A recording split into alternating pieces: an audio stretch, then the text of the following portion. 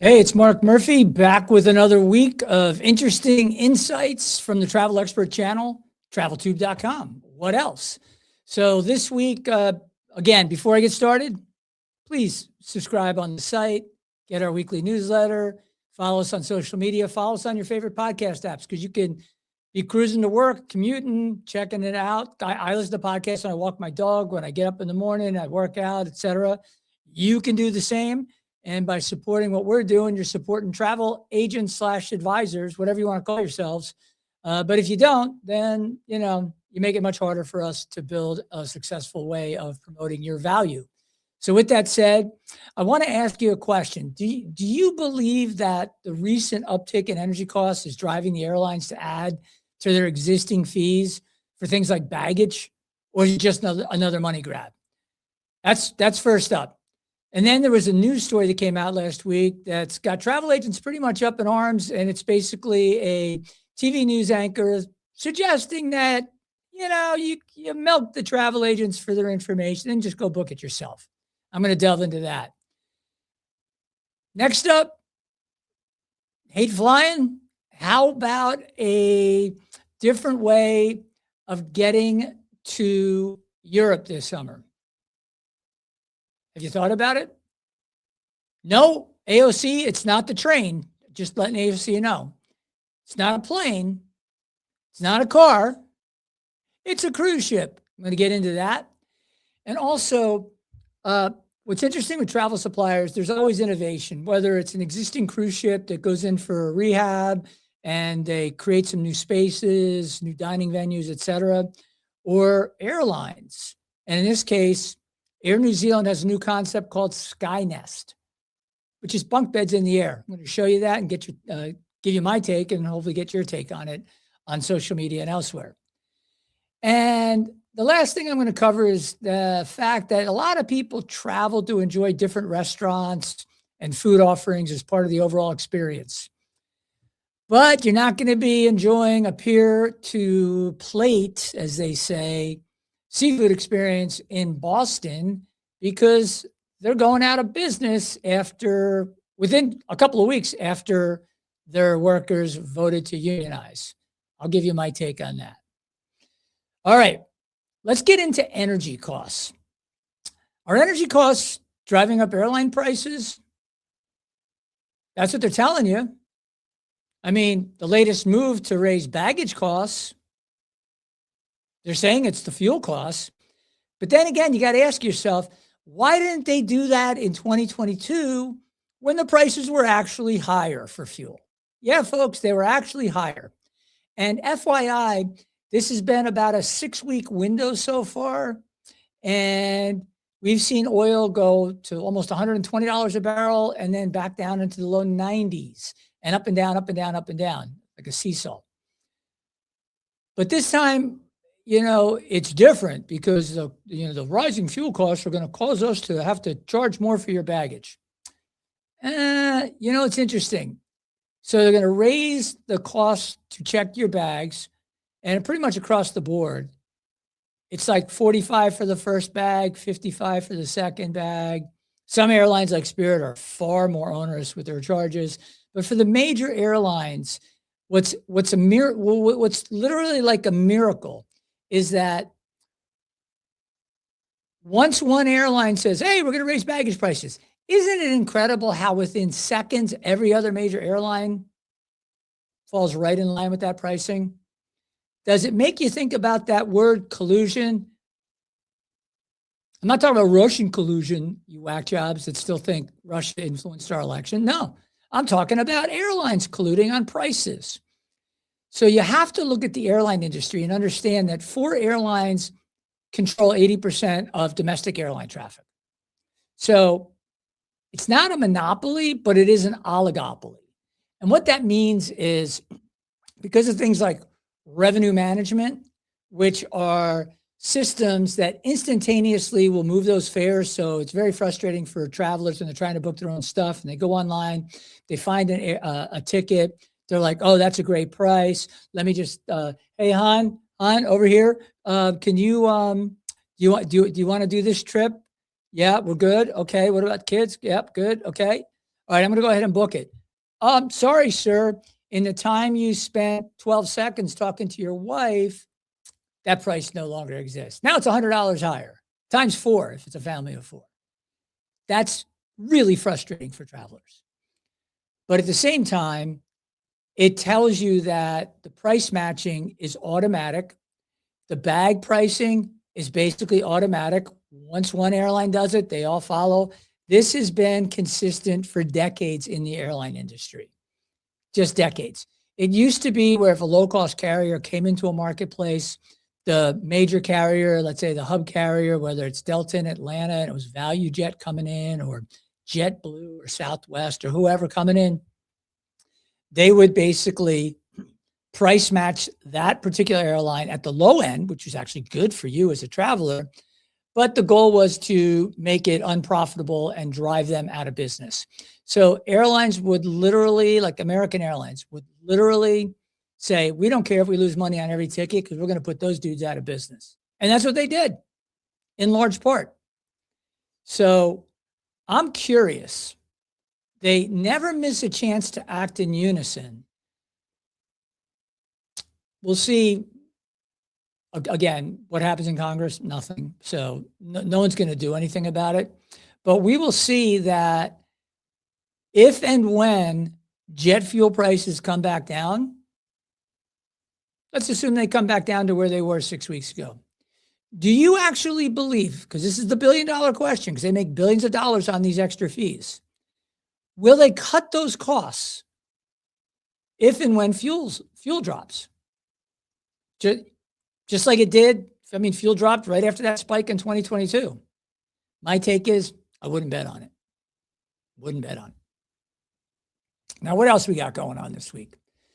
Well, travel agents are pretty rightfully pissed off about a recent local newscast from Philadelphia's ABC News, their local affiliate there. And the anchor specifically, a woman by the name of Tamala Edwards. And it was a segment about travel and travel advisors. And then she said this to wrap up the segment. She said, quote, in most cases, agents can book tickets and buy them hotels, meaning people, for little to no cost since the agents collect their fees and commissions from the suppliers, like the hotel or the flight, said Edwards. Yes, she continues, you'll pay if the agent creates and books all of your itinerary, but you can get around that by using them for a little advice and then calling the concierge and doing that part yourself, unquote. So the way I look at this, it's part of a broader issue facing travel advisors. First, I'll give her a little bit of credit for actually knowing that travel agents still exist, as that comes as a surprise to some people. And for even kind of understanding the business model, but not really getting it quite right. Because think about what she said. She said, yes, you'll pay if the agent creates and books all of your itinerary. Is she talking about the agent? Because she just said the supplier pays. Okay. So that's very misleading. It's not correct. And again, it goes to the overall problem in the industry, which is educating the marketplace on what you actually do. And there's not an organization out there that has done a job of that. It's too fragmented. Everyone's got their own little fiefdoms. Everyone gives a shit about their business model. If they're a host agency, no, they just want to have more agents booking family and friends as part of a travel club. That's most of those large host agencies. They're just consumer travel clubs. Call it what it is. Yeah, they might have a couple hundred agents out of 3,000 or 4,000 that actually are regular travel agents booking a lot of travel. You get a lot of the, part-time stuff, and then you get the hobbyists. And a good chunk of that 3, 4, 5, 10,000, 40,000, pick a number, is just that. Now, one thing I always tell people is typically costs you nothing to use a travel agent. And you typically get better deals when you use one on top of the service aspect that comes along with working with a travel agent. But the problem I have in some of the analysis I've seen online is when they compare it to other professions. No other profession, blah, blah, blah, has people coming in, getting the advice, and then not paying. Yeah, because they get paid for their advice directly from the person requesting the advice. So whether it's a doctor, a lawyer, an accountant, no one's doing your taxes and then, deferring your billing. They're getting paid, and they're getting paid from you. You're on the hook to them. Okay? Travel agents only get paid if the person travels unless they decide to charge a service fee. Now, some will charge a fee on top. Others will charge on top of the cost of the trip and everything else. They'll just have, hey, we're going to charge you X. Others have said things like, I will charge a fee, but I will apply that fee to the cost of your travel. So if I charge a $500 planning fee, which I don't think is unreasonable for a $10,000 trip, then I would turn around. If that was me, I would then apply that to the cost of the trip. What it does is it ensures that the person who's just going to use you for information doesn't get to do that because they're going to pay for that information. You're going to get paid one way or the other. And at the same time, you explain to them that, listen, if you're here to kick the tires and go somewhere else, and frankly, Mark, you know who I'm talking to. I referred somebody who used to work with me, 30 something years ago, asked my sister for a favor. I connected this guy with you. You took time out of your Saturday with your family. You spent 3 hours trying to help the guy. And then what did he do? He went and booked it himself. And I was pissed. And you trusted that referral was going to pay off, and you did the work for free. And I am so angry that guy did that. I have not spoken to that dude since then. And it's very frustrating. Very frustrating. But at the same time, I don't know. You should look at this and you'd say to yourself, if I don't want to have the experience that woman on TV is outlining, I should charge a fee. And I totally agree. Everyone should charge a fee. I would suggest you have that fee applied to the trip, and then there's no risk for the customer. And there's even if they don't know who you are and they're a first-time customer, no problem. However, if that person becomes a regular customer, I would drop that upfront fee because they've already proven loyalty. They already have worked with me. I've delivered. They were happy with it. And over time, you build that client, agent trust, and there's no reason to charge that fee because you're going to get paid by the supplier anyway. Unless something existential comes up, that person's good for the trip. And even if there's a last minute cancellation, and let's say you miss out on your commission, I wouldn't worry about it because that's going to be a kind of just an outside thing that they have no control over. And at the end of the day, it is what it is. And frankly, if somebody does plan a trip and pays, let's say, a $500 planning fee, and then for some reason outside their control has to cancel the trip, you could then say to them very nicely, don't worry, that $500 planning fee, when you're ready to book that trip, I have all the components. I've done all the research. I will set it up. I can't guarantee the price I quoted you today because I don't know where the prices are going to be when you rebook the trip, but I will apply that to your next trip. Done. Customer's happy. You're happy. You got paid for your time. And ultimately, if they take the trip, you're going to get paid a lot more. Everyone wins. It's called a win-win. So I say take control of your business and charge accordingly, and make sure that you lay out the fees and explain the reasoning. And then the people that don't want to do it, guess what? They're crappy customers anyway. You don't even want them. So bye-bye. My favorite word when I have a customer that's a pain in the ass, and I've had many over the years, some that would blow smoke, some that would lie to my face, and then some that stiff me, like Quintana Roo in Mexico, stiffed my company out of $500,000 because they kept asking for credit, and they would usually pay, but it took forever. But I said, you know what? I'm good. But then I ended up selling my company and I had to eat that $500,000. So if I was working with them again, they'd be paying me up front. Everything up front. Nothing on the receivable side. And those are decisions you have to make as a business owner. All right. Notice how fast the TSA panic went away. When was the last time you heard about the TSA panic? Want to guess, folks? before the whole Iran thing. We haven't heard about it for what? 6 weeks now, going on 7? Have the lines gotten better? Are there no lines? What about ICE in the airport going to take people and deport them? Yeah, not hearing about that. What about ICE ripping people off the street? Where is it, folks? We're barely hearing anything. That's why you can't take the propaganda.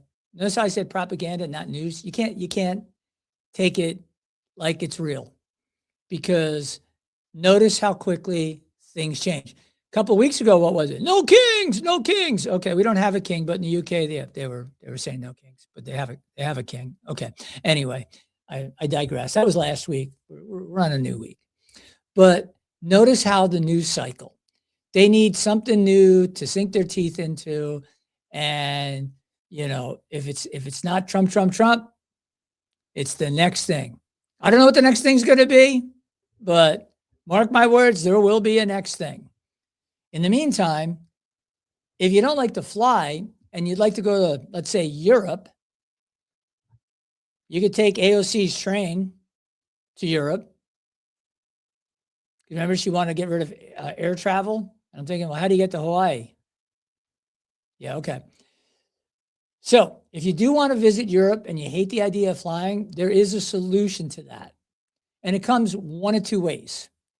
If your schedule is to go in the summer months, peak season, then you can take the ocean liner, the Queen Mary 2.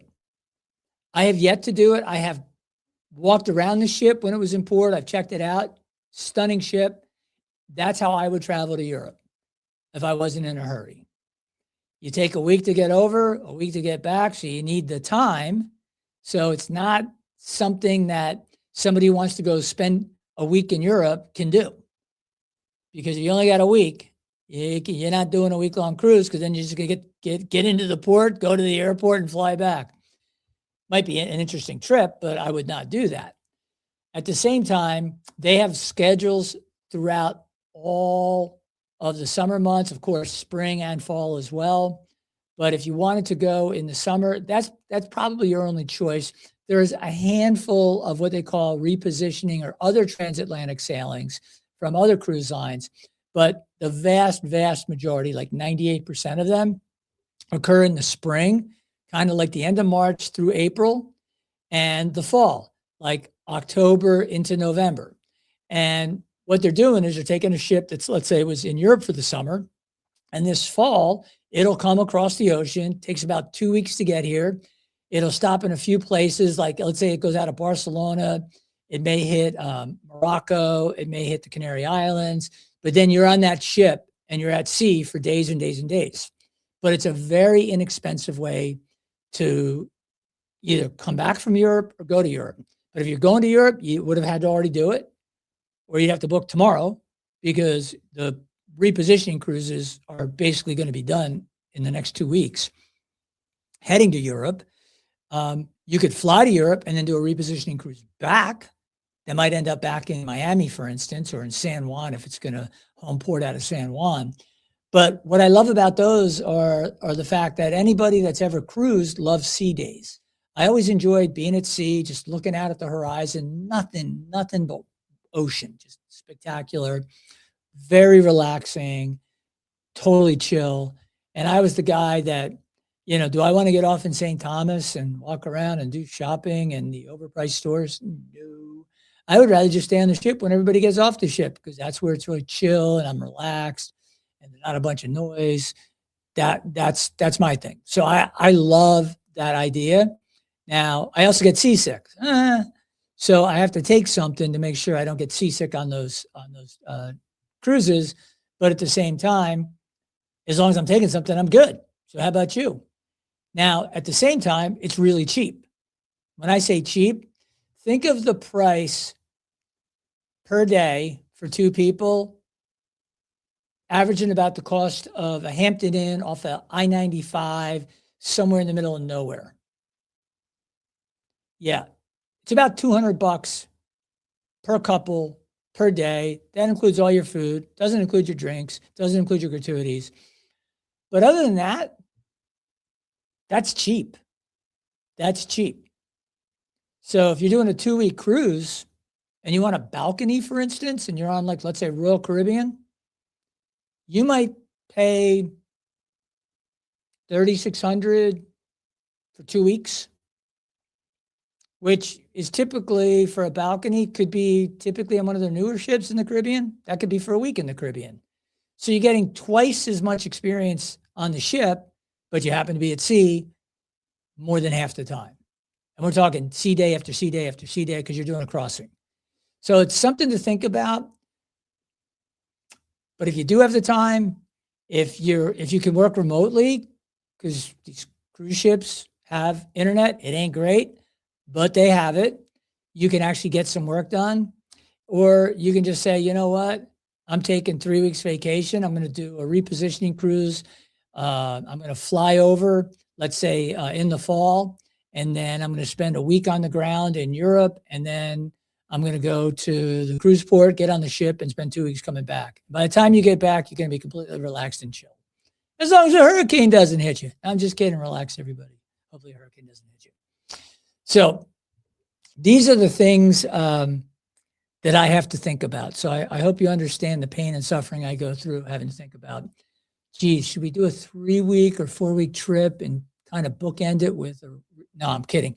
I've never done a transatlantic crossing, but Frankie Blankenship, I did reach out to you and I thought, maybe I'll go to Europe, but I can't leave my buddy Ben. He's my black lab. And you might not know this, but there are about 20 kennels that you can bring your dog on the Queen Mary 2, and they will take care of your dog, and you can go visit your dog on that upper deck. I checked all of that out. It was super cool. And you can hang out. There's like an open area. But at the same time, I don't have to deal with my dog when I'm traveling. So it's kind of cool. And if I had a house in England and I was going back and forth, that's exactly how I would do it. But if you are one that wants to take your pooch everywhere and you want to bring it on a cruise ship to go to Europe, make sure you book way, way, way in advance, because those kennels sell out very quickly on that ship because there's only 20 of them. And that's a tip from Frankie Blankenship. All right. Now, what else is going on? Well, here's what I know is going on. Skynest. Kind of, you know what was it in the Terminator? What was it called? Sky, I can't remember. It's the first thing I think of. Skynet. So they've got a Sky Nest. Kind of creepy. They call it Sky Beds. I guess they can't call them that, but it's called Sky Nest. So let me share what's going on with Skynest. And I'll have to pull that up because this has been covered pretty extensively and it's kind of cool. So here's a story and I'll show you some of the stuff. These are the bunks, but that doesn't give you a really great shot. Here you go. That's a better shot. You'll see this is from the points guide. They're stacked 3 high. They go 6 feet 5 inches. So I would fit with 3 inches to spare, which is great. And the way it works is you book your regular seat in economy or economy plus, whatever they call it on Air New Zealand. But if you want to jump in at some point on your flight into the Skynest, then what you can do is you can basically spend an extra $495, and that will give you 4 hours in a lay down bunk bed. And there's 3 of them. If it was me, I would take the bottom bunk. You just get in, slide in, and it's kind of darker and more chill. The guy that's in the middle bunk, not bad, goes up 1 step, boom, flops in. The person that's at the top, not my first choice. That would be my last choice. And there's a lady, one of these influencers. Well, hi, I got a free trip because now I'm going to post it on my Instagram. Yeah. Or not. I don't know who the hell that is. Okay. They call dibs at the points guy on the top bunk. I call dibs on the bottom bunk. Personal preference, folks. So that's Skynest. Would you spend an extra $500 to have 4 hours of laying flat if you were sitting on a flight to New Zealand, let's say 13, 14-hour flight? Would that be worth it? Or would you be better off just buying 3 seats across and making that your sky nest? I don't know. It's obviously cheaper to have the 4 hours in the bunk for an extra $500 as opposed to buying 3 full seats. But like I showed a few weeks ago, uh, the idea is airlines are innovating in order to make coach more comfortable. So there's a sky couch. Now there's a sky nest. And then I don't know, maybe we'll just get Skynet and I don't know, Elon will get Starlink and fry all our brains or take over our brains. No, he's going to take over the robots. Do you think an Optimus robot can fly a plane?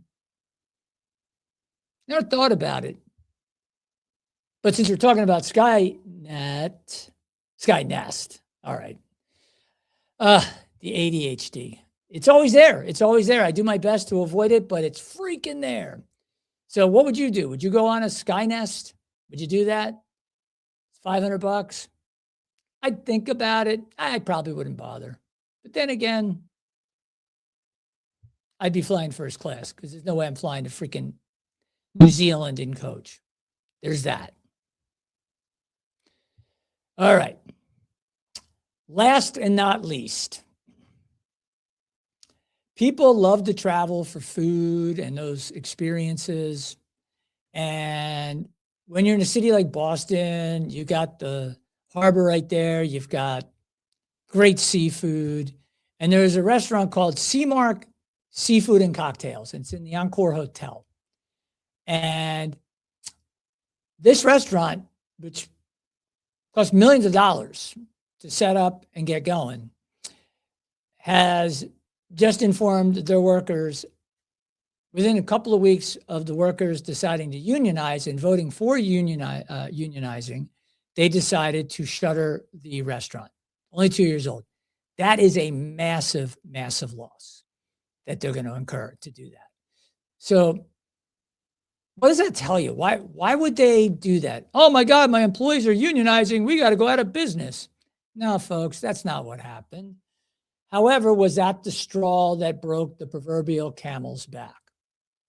Very possibly. Actually, not possibly, definitely.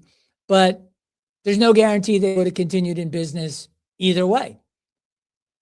There's no, I mean, because the margins are so tight in that business that a few points one way or the other, and you can't justify continuing to operate. So what did the workers want? They wanted higher pay and better benefits. Well, they wanted both. What did they get? They didn't get higher pay. They didn't get better benefits. And now they don't have a job. They don't. And that's unfortunate for those people. One of the workers who was quoted was like, I was celebrating my birthday right after the union vote, and everybody was celebrating. And now, like 2 weeks later, I'm wondering how I'm going to take care of my aging father and how I'm going to take care of my family, blah, blah, blah, blah, blah. I mean, like, what am I going to do? That's awful. That's absolutely awful. Had you not voted to unionize, you may have continued to work at that place, assuming they would have stayed open. No guarantee they would have stayed open, but you would have continued to work and things hopefully would have continued to improve and the business would have been fine. And you'd have that position, whatever that position was.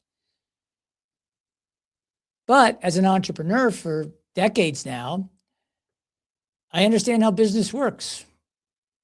You know, there's this weird thing, and any business needs to have it.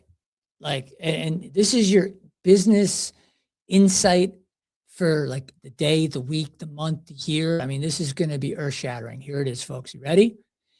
They got to make a profit. If you don't make a profit, then what are you? If you're not making a profit, and it's okay to not make a profit for a period of time, but if you have no visibility to where you can actually turn the corner to profitability, when that runway stops, you're like, hey, we're going down the road, like the planes, planes taxiing is pulling onto the runway, and we're hoping to get in the air, but getting in the air means profits. And as they're trying to get in the air, they realize, engines are only going at 10%. Now they're down to 5%. Not only are we not going to get airborne, meaning we're not going to get the profitability, we're going to keep burning cash. We're going to keep losing money. And now with the unionization, we're going to lose even more money. The old saying, fish are cut bait. Yeah, they decided they're out. So what I think a lot of employees and companies don't understand, and I can speak from experience, is they don't understand the mechanics of the business. And they know that when you're having a good year, the owner, CEO, whoever, the leadership team is excited. Everyone's happy. Everyone's motivated. Let's go hit our numbers. Great job last quarter. We blew out the numbers, blah, blah, blah, blah, blah. And everybody wants more money. I need a bigger raise. You got to pay me more if you want me to stay, this and that. And it's always interesting to me because as a business owner, we had no employees. Then we started adding employees, and then the company really took off. And Inc. magazine recognized us as one of the fastest growing privately held companies in the entire country. We were ranked like 500 and something one year. We were just outside the Inc. 500, but we were in the Inc. 5000. And we maintained that position for several years, launched another company that made the Inc. 5000. And then we got back on with the original company because after a downturn where our revenues went down 40% and our profits went down 100%, they went from really profitable to zero. And I had to take on millions of dollars in personal debt to continue the business and to grow it, because that was the goal, to keep growing the company with innovation, software, you name it. While that was going on and we were seeing this like a downhill ski slope in terms of profits and revenues, not one employee came back and said, yeah, I know when times are good, I asked for more money, but now that I know that things are really tight and what's going on, because I was very open and transparent with employees, and at least in my company, they knew where we stood. Not one person ever came to me and said, hey, if you need to give me a haircut, like a 10, 20% haircut, I understand. Whatever. Never happened. Never happened. And that's just the nature of being an entrepreneur and a business owner. And that's one of the things you have to deal with. It's employees. I was like, I would love to own a business where I didn't have to deal with employees or customers. What? Yeah. It wouldn't be a very successful business, but there are frustrations on both parts. So I feel bad for the folks in Boston. I guarantee the media isn't portraying it as a typical business story where you're like, well, you know what? You dropped another straw in the back of that, camel, and boom, it broke the back.